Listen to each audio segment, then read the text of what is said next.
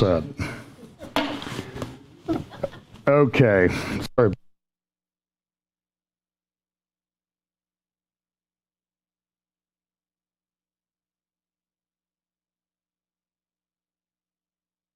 Go away.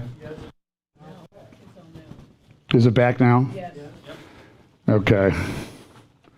Maybe I sat, cough. Wait a second here. I know what's going on. My cough button.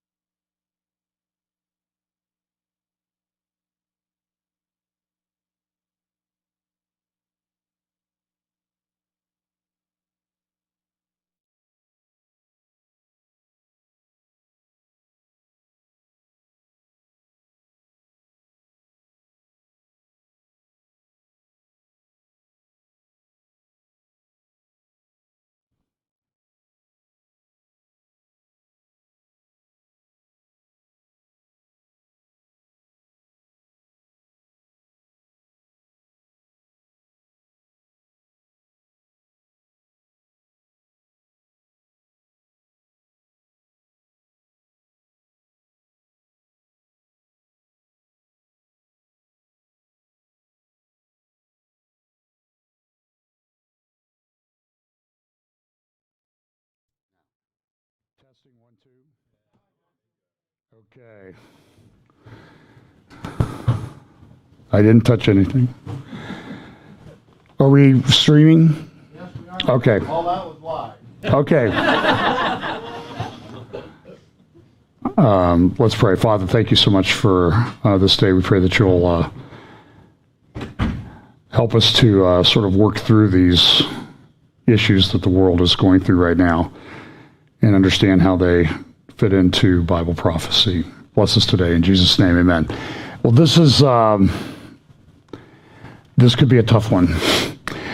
No, I think I have some information, just so I let you know where we're going. We'll look at some of the cultural things in the news. It's kind of hard at this point to say what isn't related to Bible prophecy because the world is in such turmoil and chaos everywhere you look. And I know that's not very uplifting or very positive, but I'm positive it's a mess out there. It's everywhere you look, and as I sort of try to filter through things, it's just absolutely shocking to me that so many things are happening at the same time. So I'm only going to briefly touch on the World Economic Forum Davos meetings that took place, mainly because there was another important conference this week that I'm going to focus on. And the Davos meetings, there's probably 60 to 75 hours of video, and I would say all of it is very relevant as we see these globalists, the New World Order types try to get ready for the Great Reset. And sort of the question would be, well, what are they trying to take over? And the answer is everything. And that's why I titled this Pulling Out All the Stops, because last week I sort of said, talk about the Great Reset. It's really the Great Revealing. They've been planning this for a while. They've been waiting for their crisis, and now they have their crisis, I think. And I just don't see how this thing gets walked back. But I'm going to spend a lot of time on a conference that took place, the INSS, the Israeli Security Strategic Security think tank, had their annual conference this week. It was done virtually. And they also released their report, which was a strategic assessment of Israel. And we know that in Bible prophecy, Israel is sort of the pivot point. Not sort of, it is the pivot point.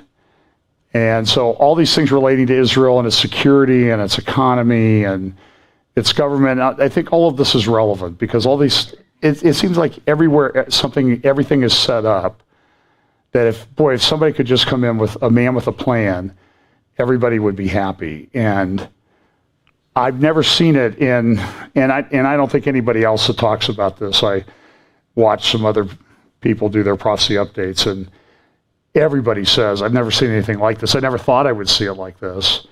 But the fact of the matter is we are seeing it and we are living it. So we talk about this convergence of events, and I could make that really small and include everything that's happening, but we live in a crazy disrupted world.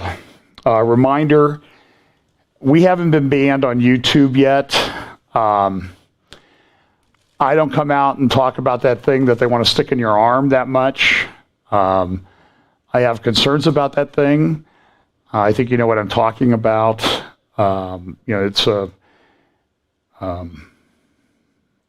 It's there are some issues. I mean, I'll just say I have my concerns, and maybe sometime I'll do and put something up on Rumble at Real FBC and talk about it a little bit more. But it seems like as I'm watching this virus and the response to the virus, a lot of things just don't make sense. So I haven't been banned on YouTube. I have a friend out in California. All of his prophecy updates are blocked now on YouTube. He has 2 strikes, which means one more, and the church loses their YouTube channel. So we do have to be a little bit careful about that because we have, we have a lot of subscribers, and we try to be in a place. But here are some other places where you can find the prophecy update as we try to work through this, the mess that the tech titans are shoving on us.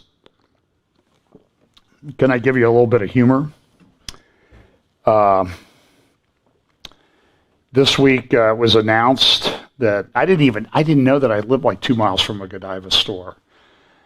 A lot of good that does me now, right? Godiva is closing. Godiva Chocolate is closing all their stores in the U.S., every single one, because of the pandemic. I have termed this the chocolates. So I think I can take credit for that one. I don't think I got that one from anyone, but and this is sort of the operative verse. And even as they did not like to retain God in their knowledge, God gave them over to a reprobate mind to do those things which are not convenient. And when you look and you unpack the term reprobate, and this is just sort of a general overarching filter to view everything in the world through. God has given people over. It's a judgment. He's given them over to a reprobate mind. They have lost the ability to reason.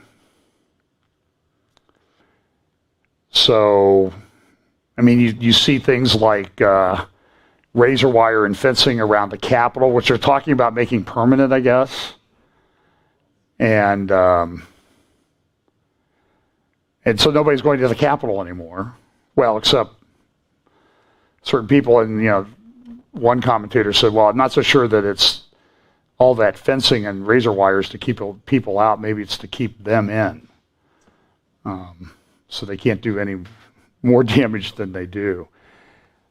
But this reprobate mind thing is really evident as what is going on in culture.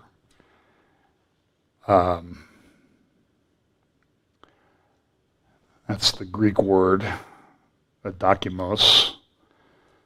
In 2 Corinthians chapter 13, now I pray to God, Paul said, that ye do no evil, not that we should appear approved, but that ye should do that which is honest, though we be as reprobates, for we can do nothing against the truth, but for the truth. And this is the problem, is finding out what the truth is on a lot of issues today. I've never seen a propaganda machine in operation in America like I've seen. And part of that, it's not only what is published, it's what they don't allow to be published. And it's a constant battle by everybody to get things published. We have the spirit, another thing we see is the spirit of lawlessness. This is the Gascon, the George Gascon, who is the district attorney for Los Angeles County now. And he is putting roadblocks in place to get criminals out of jail. For example, there is and I don't remember if I talked about this last Sunday or not. These things all kind of run together these days. There was a guy who's for child sex abuse, and he has prior convictions for child porn and that type of thing. But when he came up for a parole hearing, Gascon did not let the prosecutors go and talk about what the guy did. And now here along comes Erwin Chemerinsky, who is the dean of Cal Berkeley Law School, Bolt School of Law, one of the most prestigious legal institutions. And he says, stop messing around with Gascon as he's trying to reform criminal justice. Listen, Erwin, he's not trying to reform anything. He's trying to burn down the system. This guy is a Soros-funded prosecutor, and he's out there to destroy American justice system. And he was the chief of police in San Francisco and the district attorney up there. And how's it going in San Francisco? They're burning it all down. This is from Daily Beast. Dems' new bill aims to bar QAnon followers from security clearances. So what you're seeing is this attack on anybody on the right. You're a terrorist, you're a domestic terrorist. The Department of Homeland Security has issued reports. You see this constant stream of people in the mainstream media, on television, that everybody, and I'm not kidding you, that everybody who voted for Trump is like ISIS.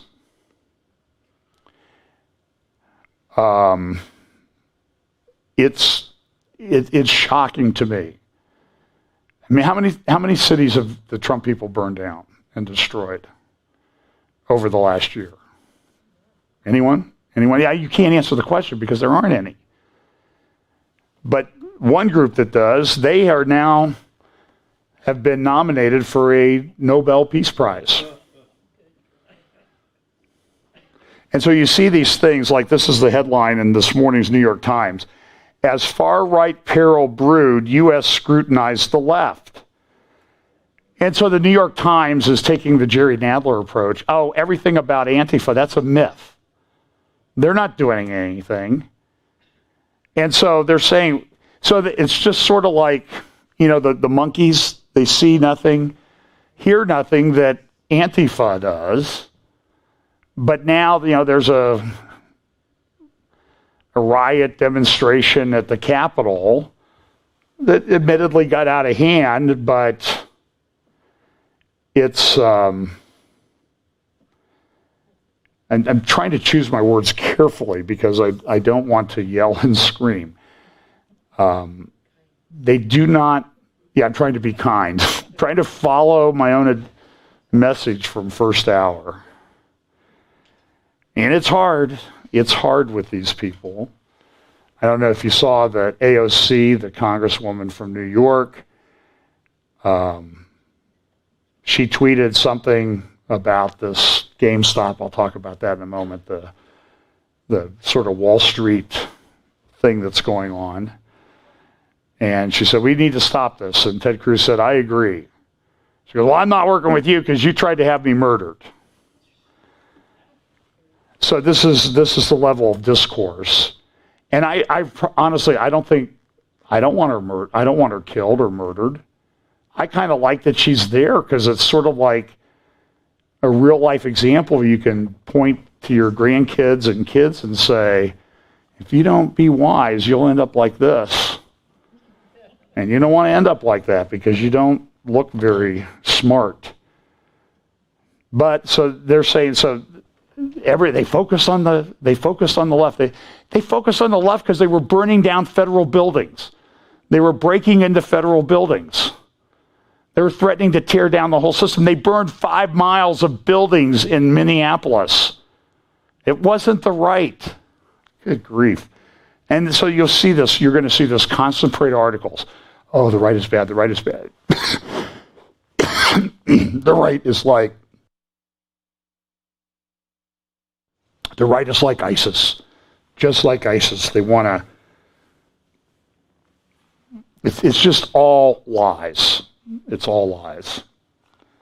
Remember how Biden avoided this question during the campaign?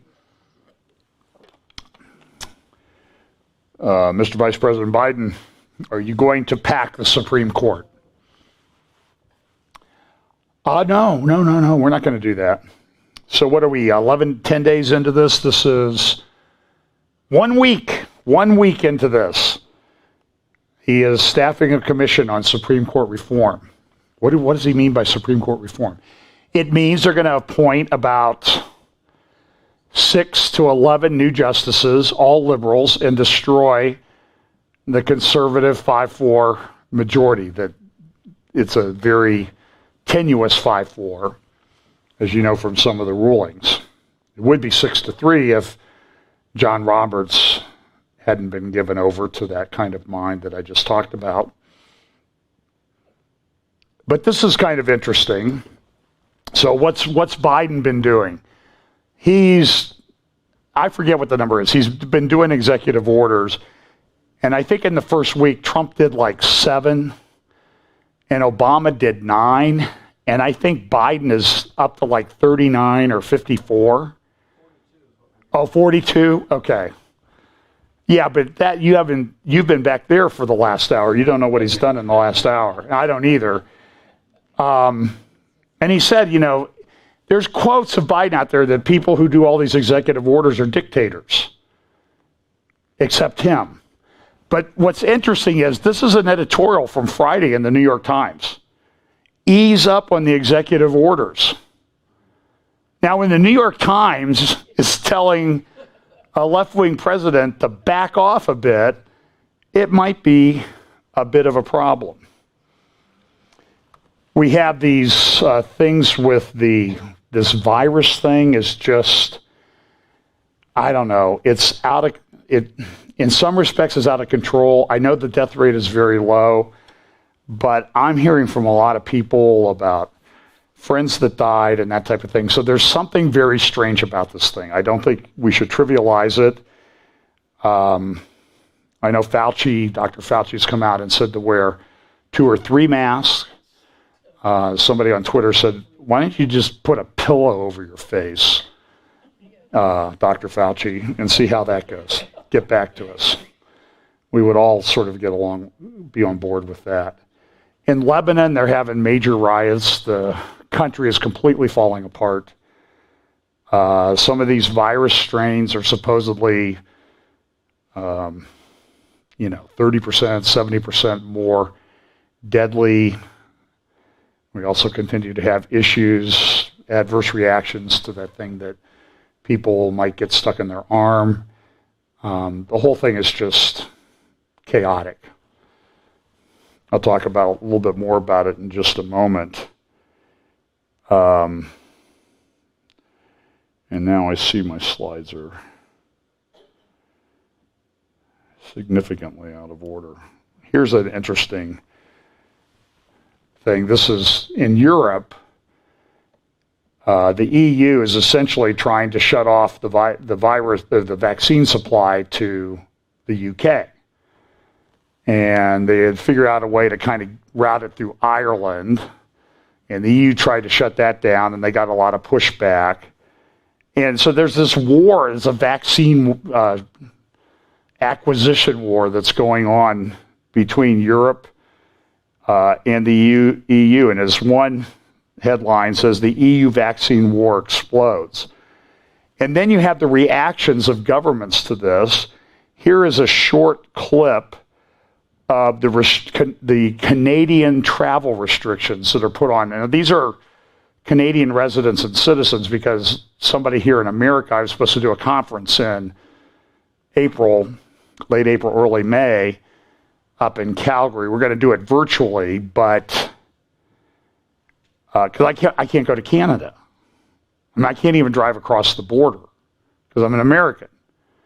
Now, a Canadian might be able to drive across the border, but listen to these restrictions that Trudeau announced are going to be put on people arriving by air in Canada. Starting next week, all international passenger flights must land. Okay, now that's not smoke coming out of his mouth, by the way. It's just condensed air. Although it might be smoke given his orientation, but I'll give him the benefit of the doubt on this one. Starting next week, all international passenger flights must land only at the following 4 airports: Vancouver, Calgary, Toronto, and Montreal. In addition to the pre-boarding test we already acquire, as soon as possible in the coming weeks, we will be introducing mandatory PCR testing at the airport for people returning to Canada. Travelers will then have to wait for up to 3 days at an approved hotel for their test results at their own expense, which is expected to be more than $2,000. Those with negative test results will then be able to quarantine at home under significantly increased surveillance and enforcement. Those with positive tests will be immediately required to quarantine in designated government facilities to make sure they're not carrying variants of potential concern. We will also, in the coming weeks, be requiring non-essential travelers to show a negative test before entry at the land border with the US, and we're working to stand up additional testing requirements for land travel. But come to Canada and visit us. I mean, how can you go there? So somebody's returning to Canada. They have to get a test to get on a plane in the U.S., or they shut down like all travel to the sun destinations, Mexico and the Caribbean, completely shut down through the end of April. You can't go there and you can't come back from there. So people were scrambling to get home. They have to have a negative test, which can take 3 days. They get on a plane, they come back, they have to get another test when they get there, and they have to stay in a government-approved hotel under surveillance for the 3 days till they get their test result.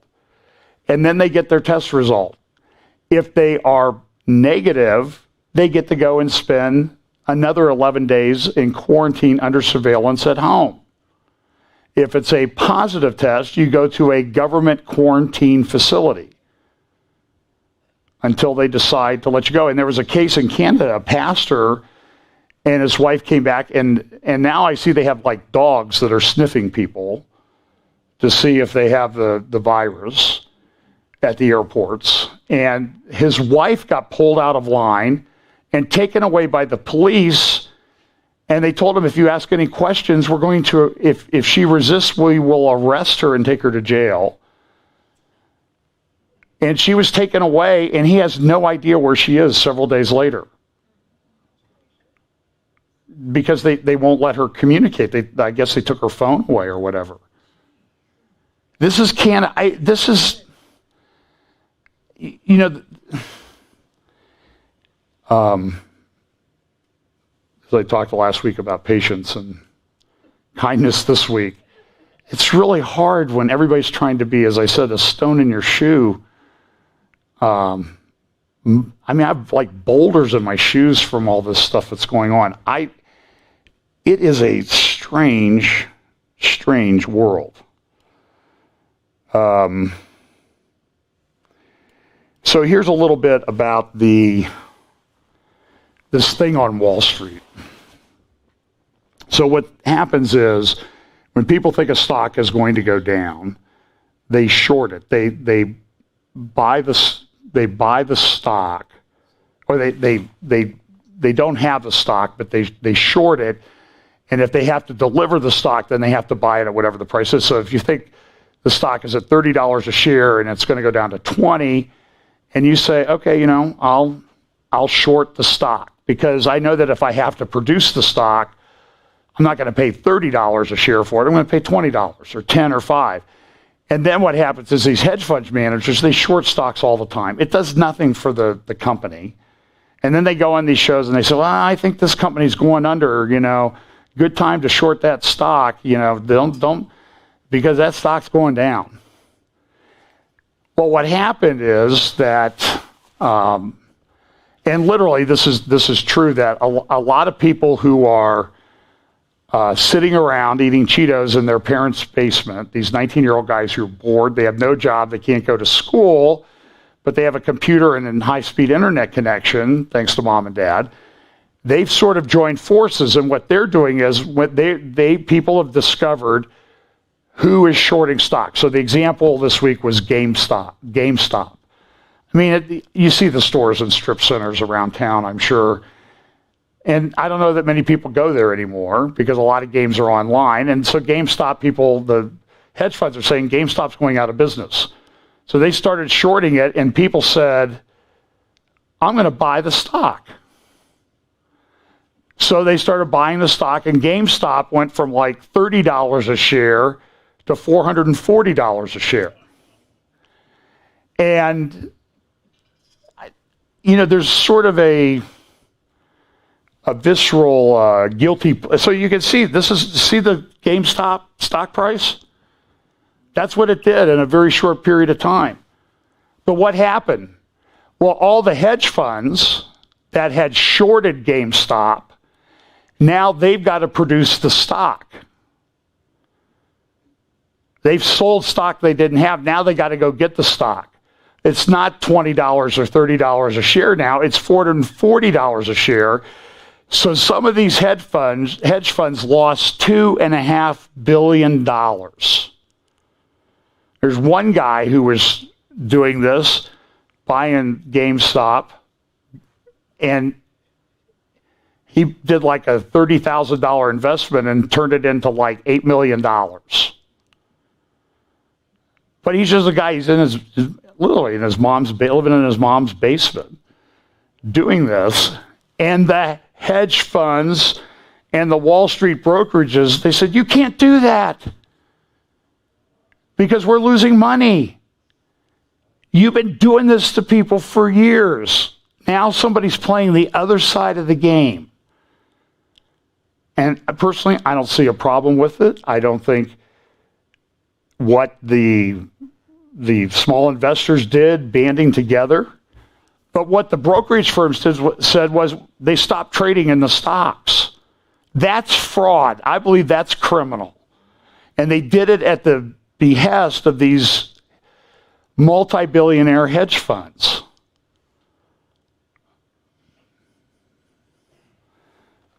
And I mean, literally, here's one of the guys that started it. He's in a T-shirt with a band, a headband on. And so what did Facebook do? They had a Facebook group for small investors with like 120,000 members. What did Facebook do? They shut down the group. They blew it up.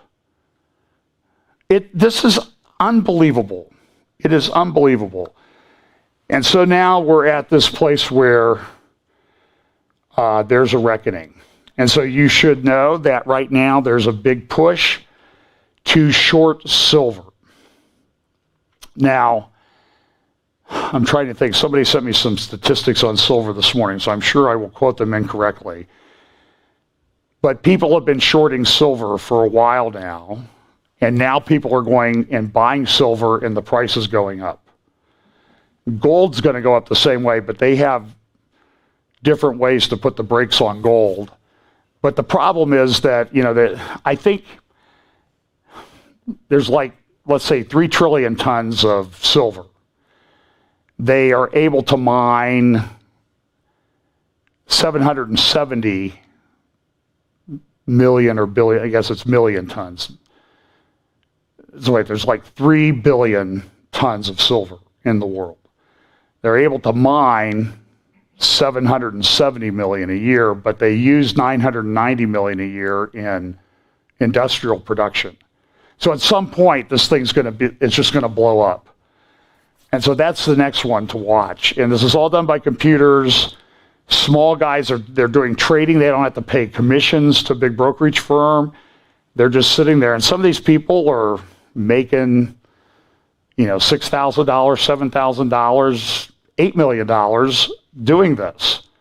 And the hedge fund guys that are used to making all the money doing it without any resistance to their robber baron behavior are getting burned.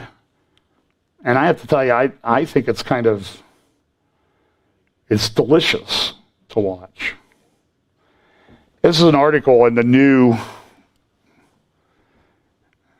And so if you ask me things that I'm concerned about, I'd say it's that thing, people are getting stuck in their arm. I'm concerned about that. And this is a Jerusalem Post magazine today, Quantum Leap, the super quantum computer arms race remaking the world. Now, last year it was reported that Google had kind of cracked the quantum code. And what they will be able to do, and they plan to do, is to put these things into almost like a neural network that mimics the brain. And the speed at which this will operate, it will change everything.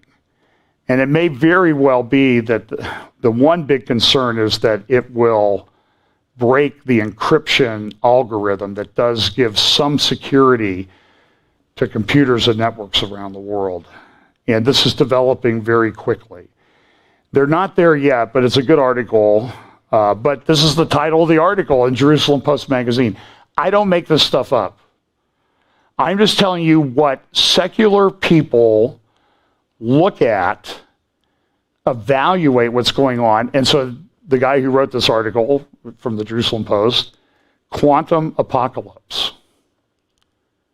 What is going to happen to the world? What will happen to the world if this technology gets in the hands of someone who wants to control everything? That's going to be that's scary. And I'm just telling you, all these things are being put in place on multiple different levels. And eventually they're going to get to the place where somebody is going to do something with them, and it's not going to be pretty. Now, this is a video I find very creepy. 15 seconds long, using artificial intelligence. It is a passenger bus in China. Watch this.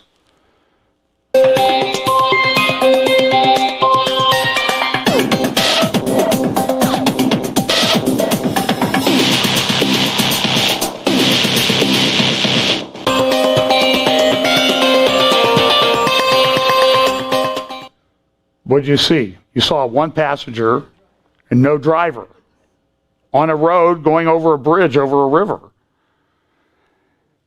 I'm not impressed with a lot of other people's driving at times. I will confess my wife is not impressed with mine a lot of the time. We went to Kings Island once and rode the Beast. Appropriately, in this great roller coaster. And we're in the midst of this, getting rattled, your teeth are shaking, and you're going around this curve at 70 miles an hour. And my dear sweet wife looks over at me and she says, "This isn't so bad. It's like riding in the car with you." Now, my takeaway from that was, okay, then being with me is like a thrill ride. Why should I change? You're getting along okay. You're saying it's not that bad. So, see, this is how lawyers process things and why, well, anyway.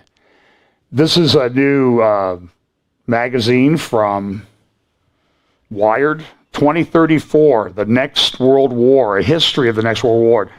What it is, it's a futurist novel. But it's only set 14 years in the future, and it's talking about how this world war develops with quantum computing and all this. If you can get a copy of it, pretty large. It only has 4 chapters, the Wynne Reuds event, and it talks about China and Russia and computers and blackouts. Like this is one of the things, there's a black power blackout. And then they're blinding the elephant. And then there's red lines. And it talks about the fact that, there is this major war coming, and it's going to be fought in cyberspace, is where it's going to start. And we already know stuff like this is happening. Like there was this SolarWinds hacking thing that went on with the federal government. Now they're saying, guess what? It wasn't limited to SolarWinds software. It's much, much worse. They don't even know the extent of it. From what I'm hearing is it will take years to sort out what they hacked into. It's troubling. So that's the good news. But, it's interesting. We have these tech giants, and they're just tearing everything down. But this is this morning's Sunday Review editorial section in the New York Times. And it talks about, could you zoom in on that, Brian? The other coup that's coming, and it's the surveillance society, and it's a threat. It's going to tear down democracy. They're the New York Times. So they're concerned about Joe Biden's executive orders, and they're concerned about the surveillance state that's developing. Look at this graphic that they have in the knowledge coup. It says democracy is under the kind of siege that only democracy can end. And people, they're concerned about this, and they should be, because of the way the tech giants are acting.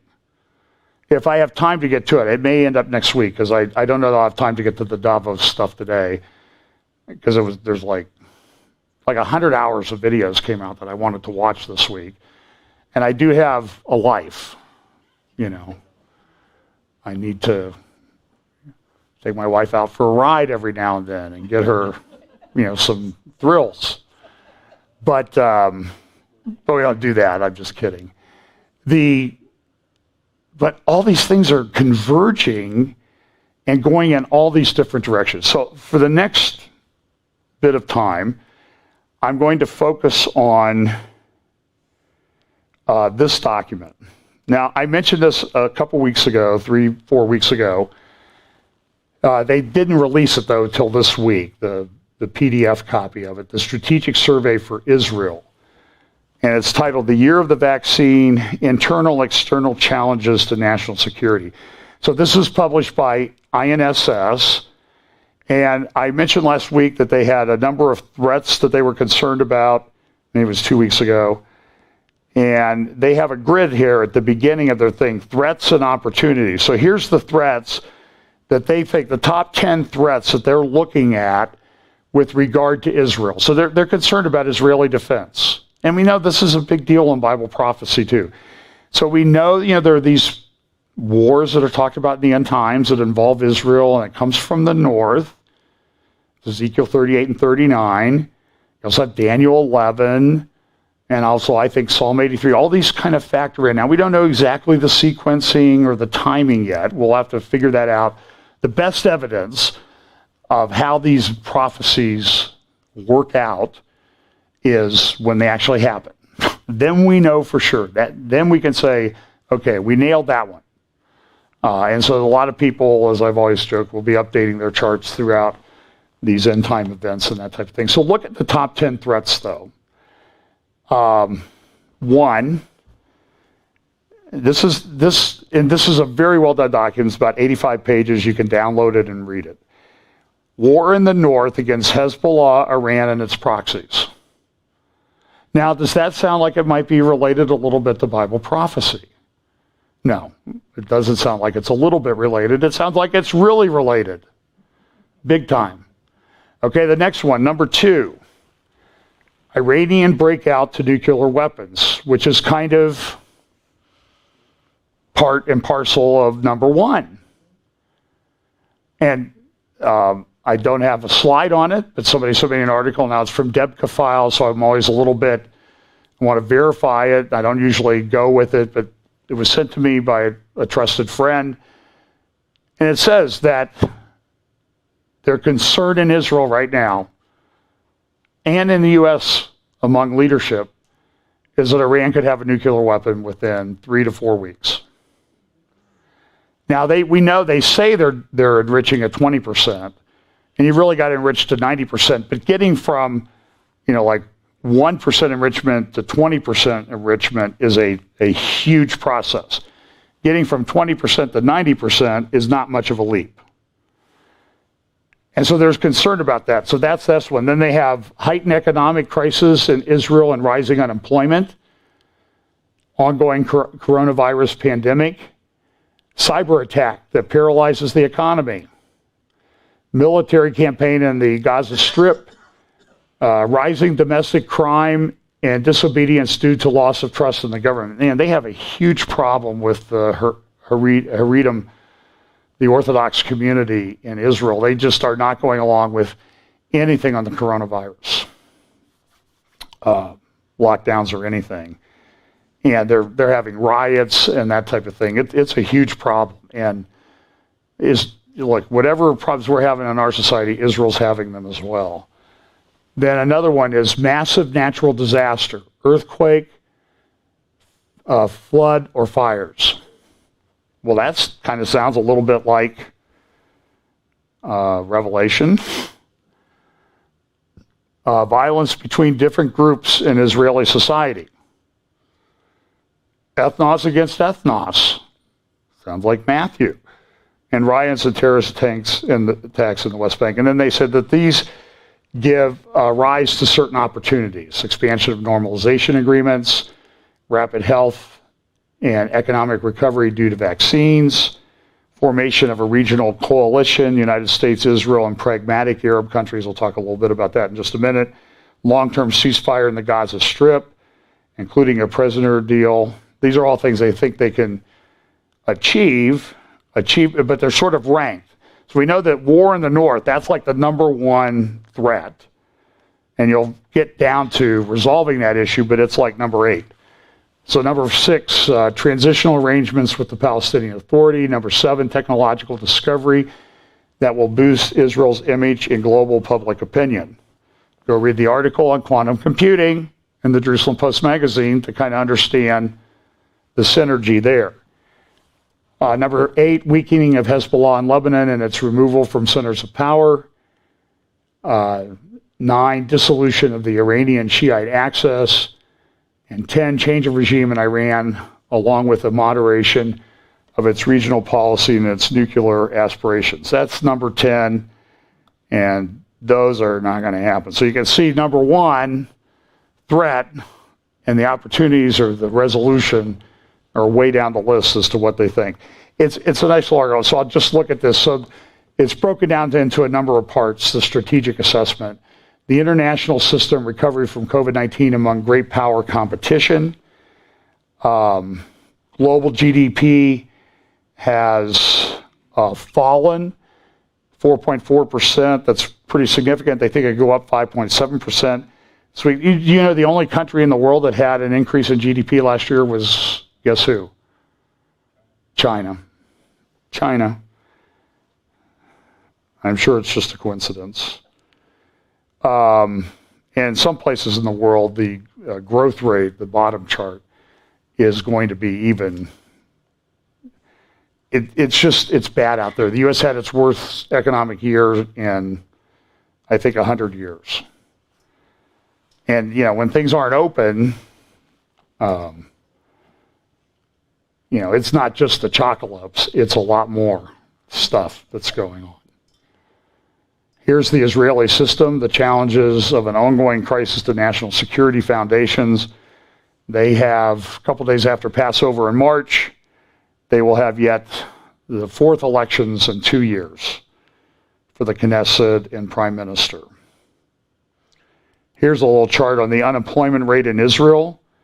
So January 2020 was 3.8%. It's now 12.9%, up 9%. This has a devastating impact on economy. And look, at one point in March and April last year, it was 34%. And and listen, if you think Canada is the only country that's going to impose travel restrictions like this, No. It's everywhere is going to do this. So enjoy where you are, as much as you can. Now,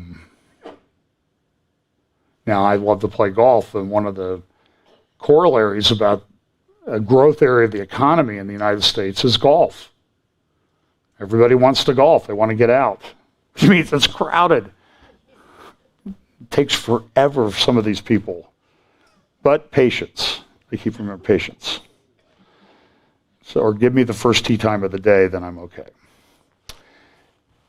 Here's confidence in Israel and the security establishment. So look at this. This is who they trust. 84% IDF, 84% Mossad, 78% Israeli Security Agency, 43% Supreme Court, 34% police, 25% cabinet. So those are sub-Donald Trump numbers. At least, and I don't even know what Donald Trump numbers are either, because I see some above 50%, some way below it, so find a number and pick it. Then the third thing they talk about in this report is the regional system, a decade since the upheaval and expanding normalization. So a decade since the economic upheaval of 2008. They look at the 4 camps that are in the Middle East where there might be problems. They have the Sunni Islamists, the Iran-led axis. So Sunni Islamists would be Turkey, Qatar, Hamas, and the Muslim Brotherhood. The Iran-led axis would be Iran, Syria, Hezbollah, the Houthis in Yemen, Shiite militias operating in various Middle East theaters like Iraq and other countries, Palestinian Islamic Jihad, despite being Sunni. Then you have the jihadists, which are terrorist organizations like Al-Qaeda and the Islamist State, and then the Sunni pragmatic states, which Israel is trying to make normalization agreements with, Egypt, Jordan, Saudi Arabia, United Arab Emirates, other Gulf states, except for Qatar and Morocco. And they go through, they have an assessment of what's going on with each of these countries after 10 years after the so-called Arab Spring started.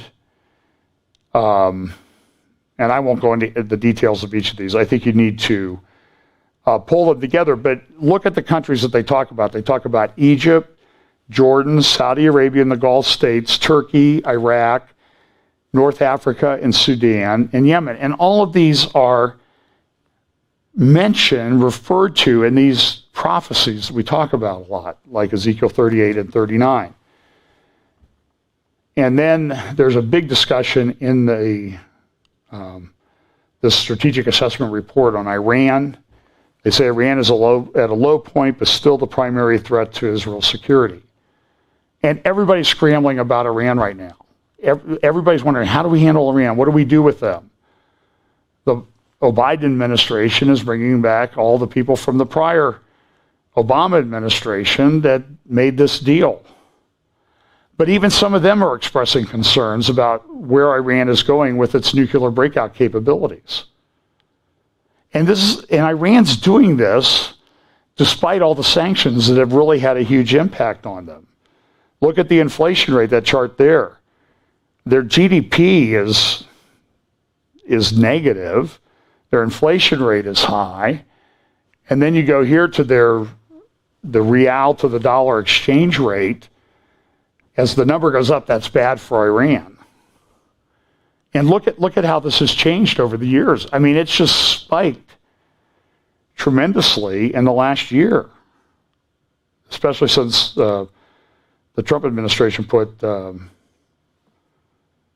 sanctions on them. And then we have the Iranian conditions for renewing negotiations. And essentially it's, we'll tell you what we're going to do. Another thing that's discussed extensively in the report, and this is, I think, where the INSS organization does a good job. The Northern Arena tried to be proactive to disrupt the Iranian Shiite axis that's developed. And it's not working very well. They sort of tamp it down a little bit. But we have Hezbollah right next door on the northern border of Israel, where things are not going well. The red area is what the Assad regime has been able to take back. Turkey's there, the Kurdish regions. It's all still a mess. I mean, I think the population of Syria is about half what it was 10 years ago. Of at least half of the people from 10 years ago have been displaced to someplace else. So I'll just remind you of one of the talks at the INSS conference a year ago. Jennifer Carafella from the Institute for the Study of War talked a little bit about what was going on in Syria. I'll just play a couple minutes of this. I'd like to start by framing a bit of how I see Syria's trajectory for the next 10 years, because it will inform the comments I'm going to make about the U.S. role I would like to see us to play, as well as the role I think we're more likely to play, given where this current administration is headed. There are three key factors. So I actually don't share the assessment that Syria is headed into some kind of post-war phase. I don't think that Bashar has won the war. And unfortunately, I think that 10 years from now, it's always difficult to predict, but I think 10 years from now, Syria is actually likely to remain a war zone, given many of the underlying conditions that are still present. And there are three key factors or drivers that I think are important to keep in mind as we consider the trajectory of this theater. The first is the deep and enduring fragility of the Assad regime. Assad, as was mentioned, I think, by General Votel in his statements, cannot secure terrain that he recaptured as recently as 2018. As General Votel mentioned, the attack campaign against the regime and its backers in Daraa province alone has returned to 2011 levels. We share that assessment, and we've been watching very closely how that insurgency is gaining traction. Slowly, it's not making too many headlines, but it is gaining traction and freedom of movement. What does that tell you? It means that Assad's gains are much more impressive on a map than they are in reality. Comments have already been made that I definitely agree with in terms of the structure of the regime's military forces and the challenges that Assad has in consolidating. But the reason I point to the regime's fragility as a driver of future conflict is in part because it's going to get a lot worse for the regime in the next coming years. Assad's economy has already completely collapsed. It's in a complete freefall, due in part to the collapse of the economy in Lebanon. And Assad's financial outlook is even worse in 2020. The US just passed a major piece of legislation titled the Caesar Bill, which creates authority to add significantly sanctions not only on the Assad regime and its cronies that are preying upon the Syrian population and getting rich in the process, but also adds additional sanctions, authorities for additional sanctions on Russia and Iran. Anybody essentially that provides any kind of financial, technical, or military support to the Assad regime could face significant and severe sanctions in 2020. So Assad's not going to have the resources that he needs to pay his warlords and to try to buy off local populations at exactly a time when the military cost of holding on terrain that he's already recaptured is increasing due to that insurgency that I just mentioned. Furthermore, the Russians are actually very limited in their ability to solve this problem for Assad, and not just financially. The Russians are not going to get the reconstruction aid that they've been wanting for the regime for quite a few years, given the Caesar Bill. But the Russians actually are much more limited in their ability to project military power in Syria than is often discussed. The effect of the Russian air campaign has, of course, been completely devastating for the Syrian population and for the aid workers and other civilian actors that should not be targeted by the Russian air campaign, but which are targeted with precision, violating all sorts of international laws. But the Russian ground presence is much thinner. And I mention that because air power is not going to save Assad from an insurgency. Air power was helpful in retaking major terrain because it was devastating, as I mentioned, and because it started to change the calculus of rebels on the ground, who then began to agree to surrender deals. Those surrender deals that the Russians helped broker are exactly what is now unraveling. The Russian military police has been attempting to repair them and to keep some kind of minimum level of stability in Daraa, as well as in Aleppo and other places, and that's breaking down. The other example I'll point to of Russian limits is that it actually took them quite a while to project power into northeastern Syria, and they had to deploy additional military police into Syria to do that. They are now beefing up that presence, and it is more significant. However, the Russians are not going to be able to solve either that financial or the military problem that Assad faces in the months to come. The second key driver that I'll point to is the terrorist organizations. specifically the Salafi jihadi organizations, ISIS and Al-Qaeda. ISIS is down but not out, and is regrouping fastest in areas that the Assad regime controls, and is going to exacerbate that prior problem, the fragility of the regime. ISIS is regaining not territorial control yet, but the ability to challenge territorial control for the Assad regime, and they are concentrating their attacks on lucrative oil and natural gas fields and infrastructure in central Syria in order, with the deliberate intent, to accelerate further unraveling of regime control. Furthermore, Hayat Tahrir al-Sham and other al-Qaeda-linked groups in the northwest remain strong. They are losing terrain in the fight in Idlib right now, and that creates the perception, again, that Assad is going... Well, listen, you get the point, is that Syria is still a failed state. I mean, we call it Syria, and we act like there's a country called Syria, but there's sort of an enclave that Assad controls somewhat, and the Iranians are, controlling militias elsewhere, and Erdogan in Turkey is, intervening in places that he can intervene, and the Kurds are, my understanding is the Kurds are, their organization in Iraq is, they have sort of an autonomous region in Iraq, that's breaking down somewhat. You have the Iraqi Shiite militias that are Iranian-sponsored in Iraq. The whole thing is just, there's a major problem, and on top of this, you have Lebanon is now a failed state, according to the INSS report. The strategic assessment, they have political crisis, they have economic crisis. We have the, large areas of Lebanon controlled by Hezbollah, sponsored by Iran, and Beirut. Remember, it was 6 months ago they had that massive explosion in the harbor. Very little rebuilding has been done. You remember Macron went there and they treated him like he was a coming messiah. Nothing's really materialized from that. The U.S.'s assessment I read this week in one of the Lebanese newspapers essentially said the U.S. is estimating that rebuilding Beirut is now estimated to take 20 years. This is not good. This is going to help an Ezekiel 38-39 scenario develop, in my opinion. And, given the way things seem to be unfolding, I'm not sure that there's going to be a need to rebuild Beirut in 20 years, because things may be dramatically different in 20 years. But this leads to concern on the northern border. There's a thing there, you can freeze this if you want to read it. Israel has 4 strategic options. Continue the same thing. Be proactive to expel Iran and Hezbollah from Syria, which would lead to the removal of Assad.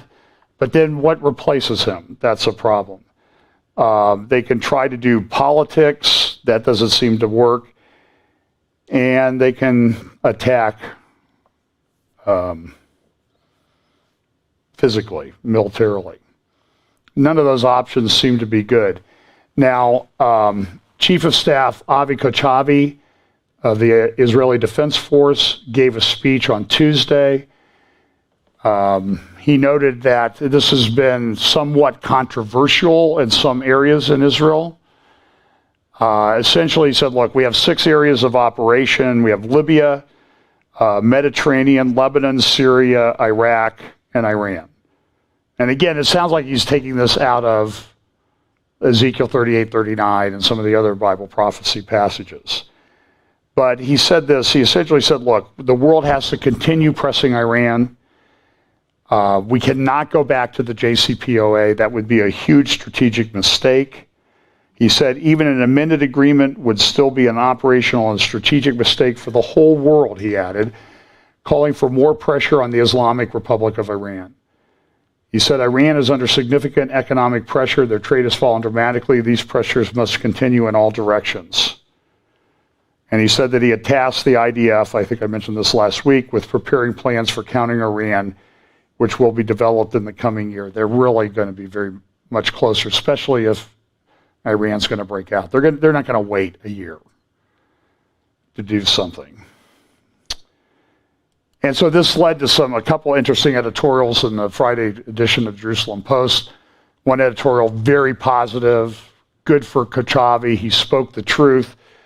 And Yaakov Katz, who is the editor of the Jerusalem Post, said, Israel needs to work with Biden, not against him. And why did Kochavi, who did he think he is, and what did they do to make him be the guy to go out there and say this ridiculous stuff that he said? Because I think Mr. Katz is a supporter of the JCPOA. That's falling apart. That's not coming back. One Israeli commentator actually got on TV and said this: if the chief of staff had attacked government policy, compared us to the Nazis, or preached morality to Israeli society, he would have been applauded. But he dared to sin, the most serious sin of all, to align with government policy. Boy, and people were really upset about that. One of the other things they did at the conference, and I don't have time to play you the video, you can find it at the INSS Facebook or YouTube Facebook page or YouTube channel.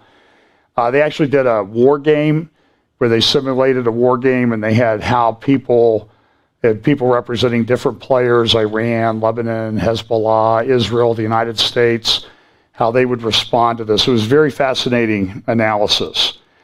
So there's this problem that we have, though. What's the Biden administration going to do? There was an attack on the Riyadh, the capital, by drones coming from Yemen that are controlled by the Houthis, who are sponsored by Iran. In Tehran Times, they said Saudi aggressive foreign policy backfired. They tried to take us out, but we're still here and we're controlling everything. There were U.S. B-52 overflights kind of showing power. But then the Biden administration said we're going to put a hold on arms sales to the UAE and to Saudi Arabia, with this Iranian threat growing. We don't know what's going to happen. Interesting article at the Jerusalem Institute for Strategy and Security, Iran and Israel, the inevitable war. And I'll just read their executive conclusion. Iran-Israel relations are essentially a zero-sum game, leaving Israel little choice but to act upon its existential instincts. Therefore, escalation and the use of force to reverse Iranian ascendance in the Middle East politics, to prevent its nuclearization, and to prevent the encirclement of Israel by Iranian proxies is probable. And it goes through, you can look it up. I think there's a link to it in the video description on YouTube. Iran and Israel, the inevitable war, JISS.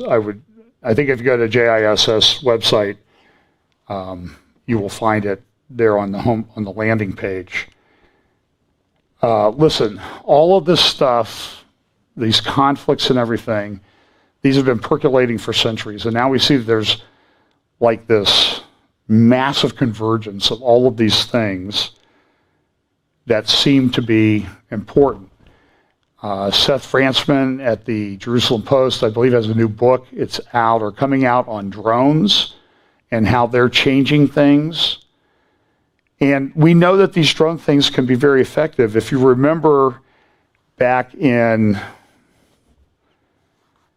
think it was September of 2019, the attack by Iran on the largest oil refinery in the world. And the attack was done with some precision, with cruise missiles and drones hitting key infrastructure within the refinery there that really took everything offline and caused crude prices to go up by about 50% almost overnight, because it was going to put such... And so these things, they were hitting like certain specific targets. Now, Yemen, the Houthis claim that we did it, but there's no way they had the technology or the range of what hit. And so Saudi Arabia, they took things apart, they analyzed it, and it was clear that this was done by Iran. And you can see how these things hit. They hit the very things that they wanted to hit. It was a stunning attack, and there's really not been a response from Saudi Arabia or the United States against that, but they did an extensive analysis. And so this article about Iran, Israel, the nuclear war, or the inevitable war, says this. And again, remember, we know the Persians involved in one of these attacks. A nuclear arsenal is Iran's best assurance for regime survival and for achieving regional hegemony. Thus, it is inconceivable that the mullahs will give up the quest for the bomb. Diplomacy and our economic sanctions are unlikely to stop Iran from going nuclear. Whatever efforts at regime change were made, they were unsuccessful. The international community, including the U.S., has no appetite for military confrontation with Iran. At present, Iran's imperial nuclear aspirations remain unchecked. Israel cannot tolerate a nuclear Iran. Iran-Israel relations are essentially a zero-sum game, leaving Israel little choice but to act upon its existential instincts. Therefore, escalation and the use of force to reverse the Iranian ascendance in Middle East politics, prevent its nuclearization, as well as the encirclement of Israel by Iranian proxies, is probable, adding a new dimension to the Iran-Israel war already underway. Assuming that Israel has the capability to destroy the key elements of the Iranian program, such option makes eminent strategic sense. Unfortunately, only military action can prevent the descent of the Middle East into an even more brutish and dangerous region. Because if there's a breakout on it with nuclear weapons by Iran, Saudi Arabia is going to get involved, Pakistan's going to get involved, and you're going to have a nuclear arms race in the Middle East, where you have an Iranian regime that's driven by theology that think they can bring about the apocalypse and cause the return of the Mahdi. And this is their theology that's driving them.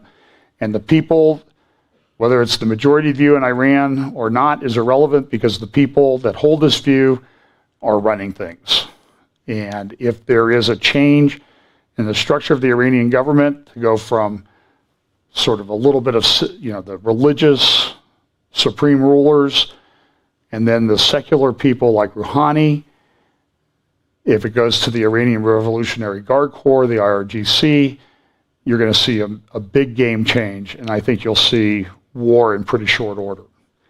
And how's the United States doing? Caroline Click has a great article about the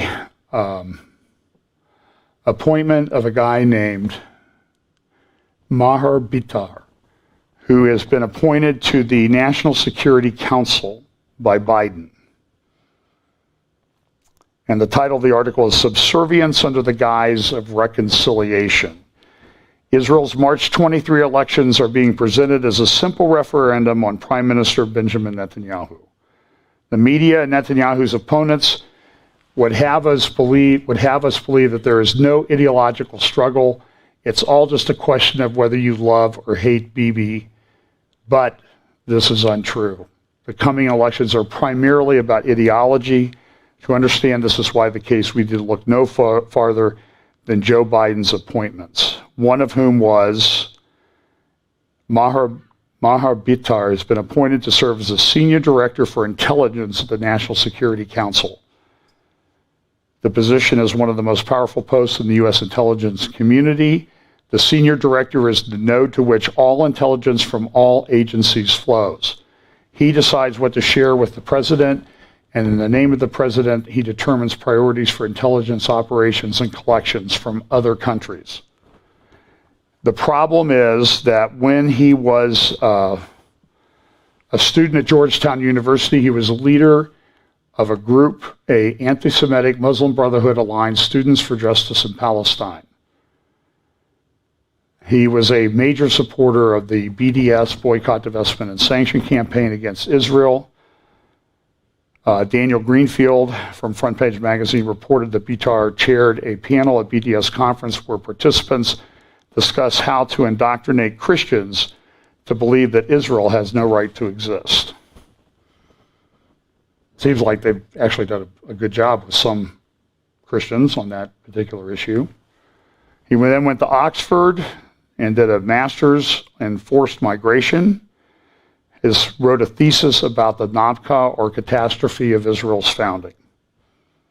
During Obama's presidency, he served on the National Security Council as the Israeli-Palestinian officer. He was Samantha Power's deputy. In 2016, as UN ambassador, Power played a role in that resolution 2334.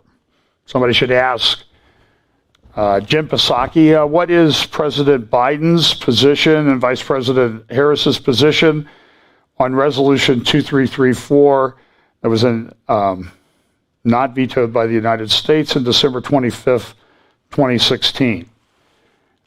Given the way she seems to be responding to everything, I would say that her response would be, I will ask the president about that and I will circle back with you. Circle back. She's a circle backer.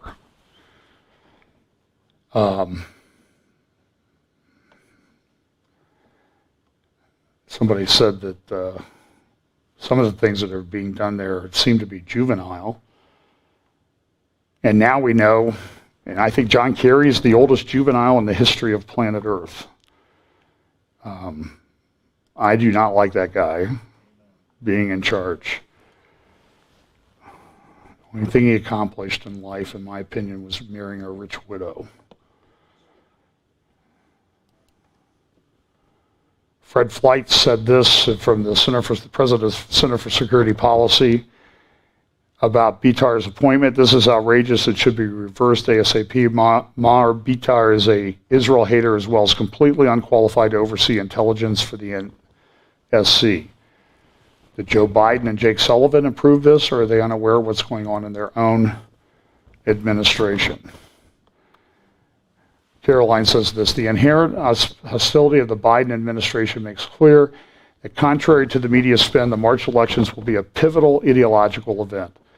They will decide whether Israel stands up for Zionism or embraces post-Zionism, whether Israel will fight for its sovereignty and its interests or concede both in favor of good relations with Israel haters, like Maher Bitar. It's crazy. Biden, though, he came out and said that he backs the two-state solution for Palestine. So, calling it the Biden administration is 100% accurate. Here's the Israeli political, this is a chart from Israel Hayom. You think our politics are bad? This is the current poll, and whoever heads up these parties has to form a coalition with at least 61. So right now you have Likud with 28, 3 over. You have the breakout party. Can't remember the name of it. Gideon Sa'ar. He started out. He was even with Netanyahu. Now he's down to 13. You have the right party with Naftali Bennett at 11. You have some of the Orthodox parties. Israel Netanyahu, the Lieberman's party, has fallen down to 6. They were up at 8 a couple of elections ago. This is a mess. Who's going to form a coalition out of this thing is anybody's guess. And the Israel Hayom, they ask all these different questions, and you can go and get the translation and try to figure it out.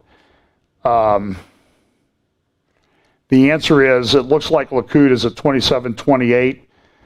And the right and the Likud break-off could get maybe 25 because they have 14-11. I mean, it doesn't change anything, so it's a mess. Jonathan Spire has a couple of great articles this week that I would highly recommend. First is a Jerusalem Post on Friday, Beware of Turks Bearing Gifts. And he talks about the fact that Erdogan is pushing very hard to get back in the good graces of Israel. And his conclusion is, listen, don't fall for it, okay? So, for example, there was an article in the Times of London that said, here it is, this week, that said, look, Erdogan's now reassessing Turkey's relations with Hamas. And it's like, don't believe it, because just a couple months ago, the Times of London also reported that Hamas was using a secret cyber war base in Turkey to target enemies, specifically Israel. So Spire's conclusion is, listen, don't believe anything that he is doing. He says this is his conclusion. Only the very optimistic could believe in real strategic cooperation between Erdogan's Turkey and Israel. Far more likely, the Turkish president would be happy to gain from the increased legitimacy afforded him by an improved atmosphere with the Jewish state during a difficult period of Biden's accession. The improved atmosphere could then be ditched at a later date when the tactical reasons for it no longer pertain. This would be exactly what a devout Muslim would do. Peace when you're weak, war when you're strong. It's Islamic doctrine, and Erdogan has memorized the Quran. He knows it. He can recite it. You see these pictures. And so Turkey's going out, they're putting mosques here. Remember, you went to London, they had one in Washington and Maryland, these big mosques, and they're ideological driven. He has put in place people in Turkish organizations in France that Macron had to come in to try to shut down. He's renewing his relations with Qatar.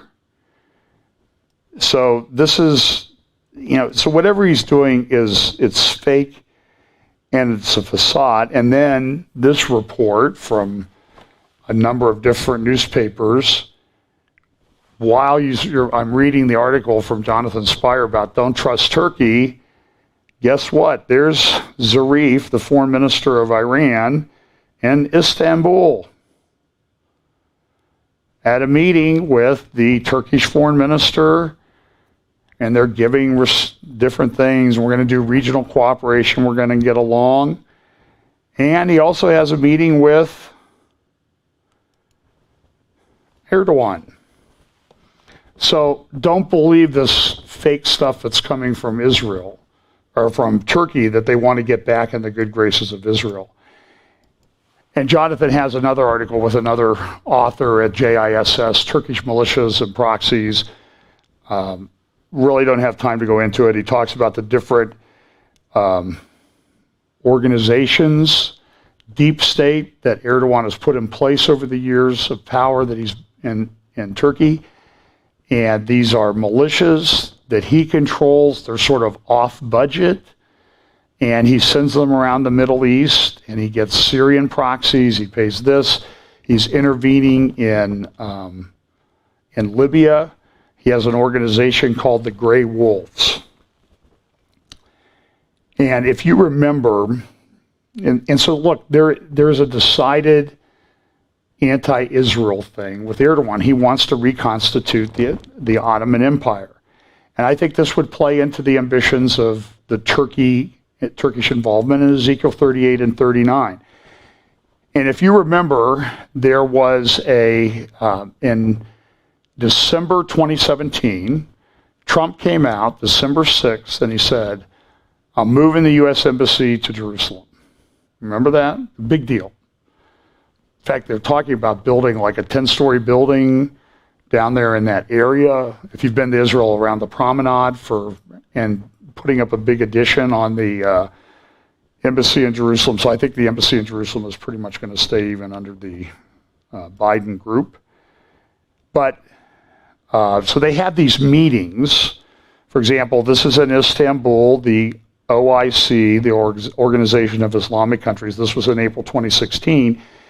And so right after Trump makes his announcement, and I've covered this before, but I want to remind you, Yeni Safek, which is a Erdogan mouthpiece news website, it's actually run by an organization called SADAT.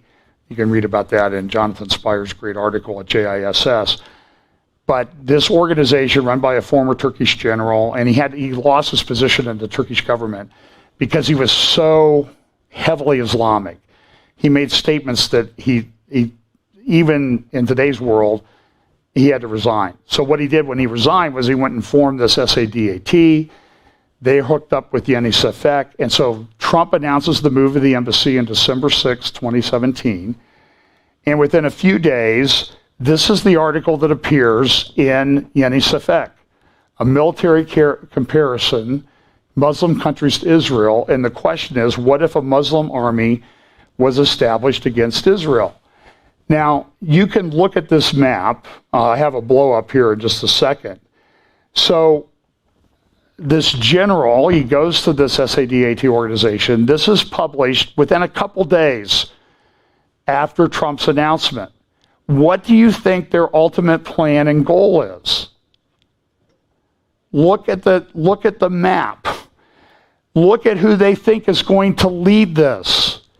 This is a picture from the article, and if you really study it, what you'll find is that it's run from Turkey. You see all the lines that come from all these different countries? Here's a bigger map. And this looks remarkably like, at least somewhat, Ezekiel 38:39. Would you agree? And look at all the countries they have coming. Afghanistan, Iran, the Stan republics, all of these people. That was published on December 12th, 2017. You can look it up at Yeni Safek. I think there's a link in the description. The next day, Erdogan spoke at what they called an extraordinary summit in Istanbul. So Trump makes his announcements, and within a week, all the Muslim countries, half of the countries sent their head of state. You see King Hussein from Jordan, you see King Abdullah from Saudi Arabia, Rouhani. I mean, this was a big deal meeting, and at the meeting, Erdogan spoke, and he said, Jerusalem is our red line. They issued a report after that. That was a Istanbul Declaration on Freedom for Al-Aqsa, Extraordinary Islamic Summit Conference, 13 December 2017. You can download this and read it. Spire makes extensive mention of it in his article. And in his speech, Erdogan said, at the meeting, Erdogan delivered a clear message regarding Jerusalem. Here, there it is. I put it on the slide. Those who think Jerusalem belongs to them today will not be able to find a tree to behind tomorrow. That's a specific reference to, I believe it's an Islamic hadith, that said when the Mahdi comes and they're going to take down the Jews for the last time, that the trees will say, hey, there's a Jew hiding behind me. You can come kill him. This is what Erdogan thinks. So what Jonathan Spire is saying is, this is what the guy thinks. Don't believe anything that he says.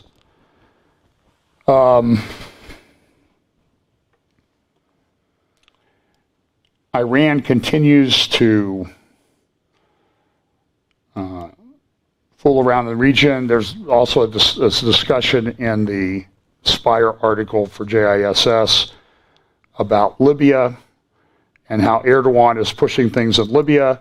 There's also a thing about how he's pushing things in Syria. These are maps from southfront.org, which tracks troop movements and that sort of thing. It's a fascinating thing. And then, so Iran is still messing around. So there was a new group that came out, and I believe they have claimed there was an explosion outside the embassy in New Delhi, in India, the Israeli embassy. And this group, it's the Righteous Promise Brigades. Oh, I'm sorry. This group claimed that they were behind the attack on Riyadh, the drone attack that came from Yemen. It's apparently a pro-Iranian group, Islamic group. They used kamikaze drones, and then they also published, so they attacked Riyadh, but they also published this poster. Now, what is that building? Well, that's the Burj Al Dubai, the tallest building on the planet, and it shows a drone hitting around somewhere between the 80th and the 100th floor. And this is a clear message of what they intend to do. Another thing that Iran is doing is they're forming a six-party union in the Caucasus region with Russia, Iran, Azerbaijan, Turkey, the Republic of Azerbaijan, Armenia, and Georgia. Again, this is a northern alliance that's specifically discussed within Ezekiel 38 and 39. Here it is. Blast near Israeli embassy in New Delhi happened. I don't think there were any injuries, but there was a letter said, this is revenge for Soleimani, and this is just like an appetizer as to what we plan to do. There was also a report in the Jerusalem Post this week that Syrian troops had taken positions on the Lebanese side of Mount Hermon in Israel to kind of give you a little bit of a flavor. And I'm almost done, although I have it easily about 2 hours more stuff sitting here on my computer. So let me give you an orientation on the map. This is Haifa right here. This is Beirut. This is Nahariya. Nahariya is about just a very short 6 minutes from the Lebanon border that goes up through here, over here, and then you'll see a town called Majal Shams. That is on the slopes of Mount Hermon. Mount Hermon. That's about 7 miles from Tel Dan. If you toured there, Tel Dan or Caesarea Philippi, they're about 6 or 7 miles from Majal Shams, right? And they're at the base of Mount Hermon as well. So this is Mount Hermon here. And to give you some kind of geography, here you see Damascus. So from Majal Shams here in the Golan, the northern part of the Golan, to Damascus is 32 miles. But if you put it into Google Maps, it will tell you that that travel is impossible. And you wouldn't want to take the trip anyway. And similarly, if you go from Damascus to Beirut over Mount Lebanon, as the crow flies, that's about 50 miles. So that kind of gives you the compact nature of what's going on or how close these things are. So the report is that on the Lebanon side of Mount Hermon, that's probably where Jesus' transfiguration occurred, they have started positioning Syrian troops. Now, I don't think it's a significant contingent, but I think it's something that definitely should be watched. Here's a little bit closer view. Here's Majal Shams here in the center, and then you see Damascus up here. So that's 32 miles. And Mount Hermon is kind of this long mountain here. It goes up to about 10,000 feet above sea level. Israel took back part of it in the Six-Day War. They have a ski resort there, and you can get up there in the summer and when they're not fighting. So here's Majal Shams, and then down here is Tel Dan, and Caesarea Philippi would be right in here. So very significant region biblically and that type of thing. So this is, I guess what I'm trying to say is everything seems to be heating up. Another thing that happened, Pakistani court has released an Islamic militant that was been convicted in they say the murder of Daniel Pearl. It was the beheading. Well, they sort of sawed off his head with a knife. It was done on video, was posted. Sheikh, the sheikh that masterminded 9/11, who's down at Guantanamo, he was the one who they said did it. But this guy that was released planned it and everything. And they said, well, there wasn't sufficient evidence. It's shocking. I mean, this is a terrorist, convicted terrorist has been released. Oh, by the way, the sheikh down at Guantanamo, he's getting a vaccine. They're vaccinating all the terrorists down at Guantanamo, I think today. So I think the world's nuts. And this has really little to do. Central African Republic's capital, Bangui, is an apocalyptic situation as rebels close in. It is completely disrupting the region. Many different groups have circled Bangui, which is a city of about, I would say about years ago it had about 2.5 million people. Central African Republic had about 4.5 million people. I don't think they had more than 10 miles of paved roads in the whole country. At one point, though, this is kind of hits close to home. We had many friends who were missionaries in the Central African Republic. And at one point, the Central African Republic was considered the most heavily evangelized country on planet Earth. The church had a very significant presence. The country is completely, within one generation, the country is completely fallen apart. People are starving. Reports I read said that women are trading sex for food in Bangui. I had people who were like second set of grandparents to me who lived in Bangui for many years, served there, and in the Chad. This is heartbreaking that this is happening. And then this commission, this is Macron in France announcing the France Charter of Principles for the French Islamic Religion.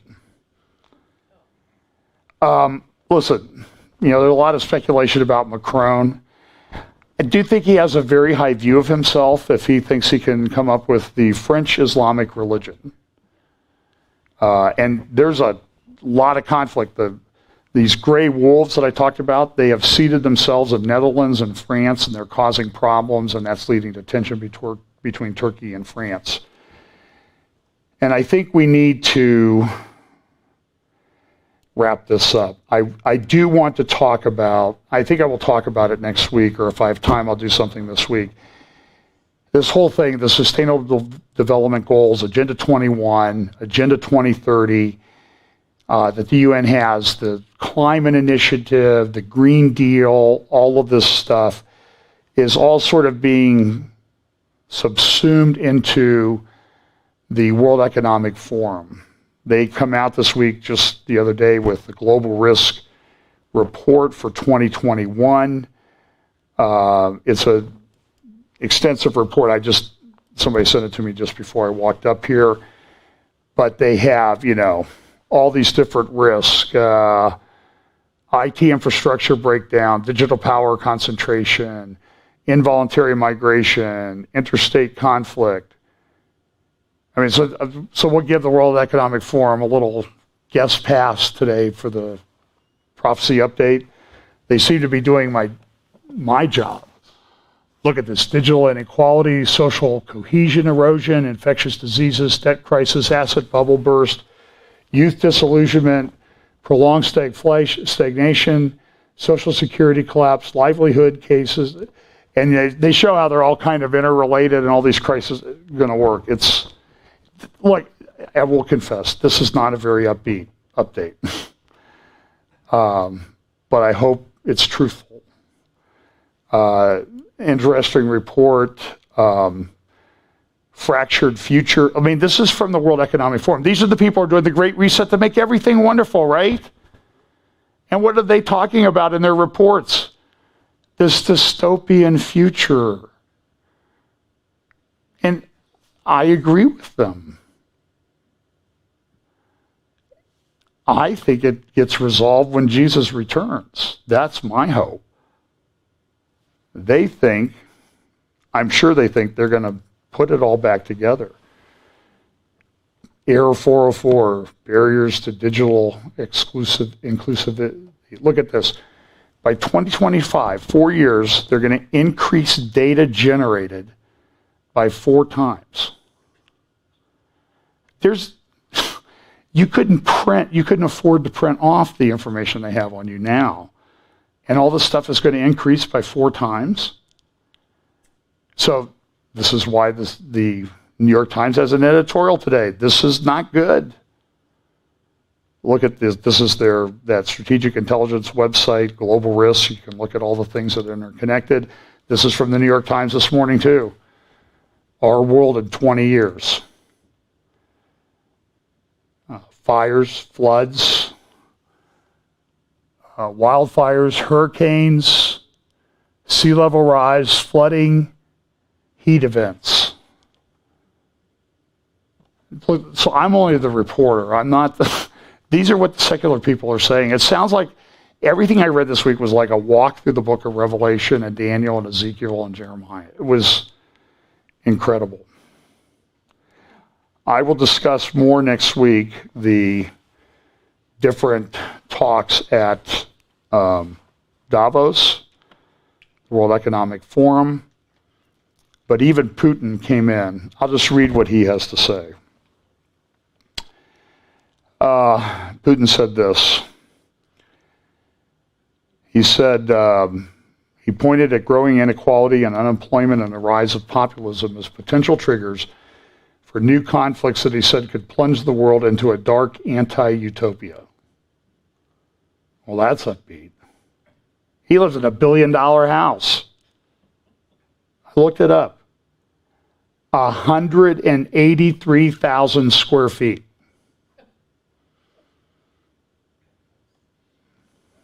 That's a big one. What's the Biltmore down in North Carolina? 200,000? Maybe 250? Putin's getting up there. He said this: the pandemic has exacerbated the problems and disturbances that have been accumulating. The international institutions are weakening, regional conflicts are multiplying, and the global security is degrading. He said that spiraling tensions have come to resemble the situation before World War II. I strongly hope that such hot global conflict is impossible now. It would mean the end of civilization. But the situation may become unpredictable and spin out of control. There is a real danger that we will face a downturn in global development fraught with all-out fight, attempts to solve contradictions by searching for internal and foreign enemies, and the destruction of basic traditional values. Putin also criticized the growing influence of U.S. social media companies and said that their impact to society now puts them in competition with elected governments. He described the negative role of technology companies that run social networks, charging that they have abused their position and tried to control the society, replace legitimate democratic institutions, and usurp an individual's right to decide, to live, and what views to express. So this is coming from a guy who's a dictator. He's concerned about it. So listen, I know I have this great hope that Jesus is going to come back and solve all of this. But in the meantime, we have stuff to do. We need to get people saved and discipled. That's our mission. Because I don't think we're going to stop this. You can try, and you can be hopeful, but listen, when a guy who lives in a 183,000 square foot house kind of has a negative view of the way the world is going, that's prophetic, my friends. So, look up, focus on Jesus. He has us. Lord, thank you for your promises. We pray that you will give us strength to do, guide us by your Spirit, give us opportunities to share the gospel, and help us to always stand for the truth of the gospel, the truth of the Word of God, and the fact that Jesus is coming back to set up his kingdom. Bless us this week in Jesus' name. Amen.